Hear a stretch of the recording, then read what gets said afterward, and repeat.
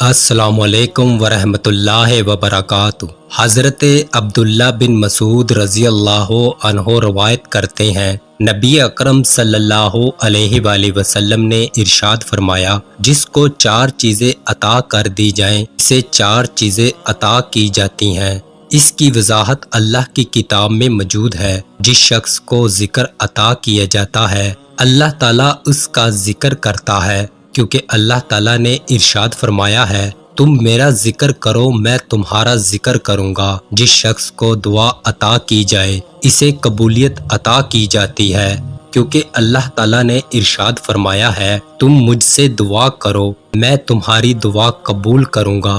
اور جس شخص کو شکر عطا کیا جائے اسے مزید یعنی نعمت عطا کی جاتی ہے، کیونکہ اللہ تعالیٰ نے ارشاد فرمایا ہے، اگر تم شکر کرو گے تو میں تمہیں مزید عطا کروں گا۔ اور جس شخص کو استغفار عطا کیا جائے اسے مغفرت عطا کی جاتی ہے، کیونکہ اللہ تعالیٰ نے ارشاد فرمایا ہے، تم لوگ اپنے پروردگار سے مغفرت مانگو، بے شک وہ بہت زیادہ مغفرت کرنے والا ہے۔ حضرت ابو ہریرہ رضی اللہ عنہ نبی اکرم صلی اللہ علیہ وآلہ وسلم کا یہ فرمان نقل کرتے ہیں، 3 لوگ ایسے ہیں کہ اللہ تعالیٰ کے ذمے یہ بات لازم ہے کہ ان کی دعا کو رد نہ کرے۔ روزہ دار شخص جب تک وہ افطاری نہیں کر لیتا، مظلوم شخص جب تک وہ مدد یعنی بدلہ حاصل نہیں کر لیتا، اور مسافر شخص جب تک وہ واپس نہیں آ جاتا۔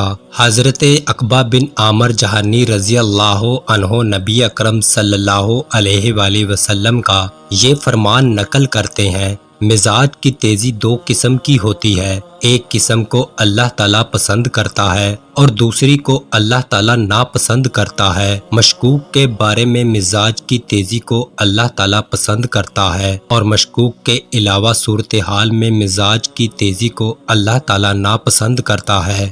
اور اترانا 2 طرح کا ہوتا ہے، ان میں سے ایک کو اللہ تعالیٰ پسند کرتا ہے اور دوسری قسم کو اللہ تعالیٰ ناپسند کرتا ہے۔ جب کوئی شخص صدقہ کرتے ہوئے اتراتا ہے تو اللہ تعالیٰ اسے پسند کرتا ہے، اور جب کوئی شخص تکبر کرتے ہوئے اتراتا ہے تو اللہ تعالیٰ اسے ناپسند کرتا ہے۔ نبی اکرم صلی اللہ علیہ وآلہ وسلم نے یہ بھی ارشاد فرمایا، 3 قسم کے لوگ ایسے ہیں جن کی دعا قبول ہوتی ہے، والد، مسافر اور مظلوم۔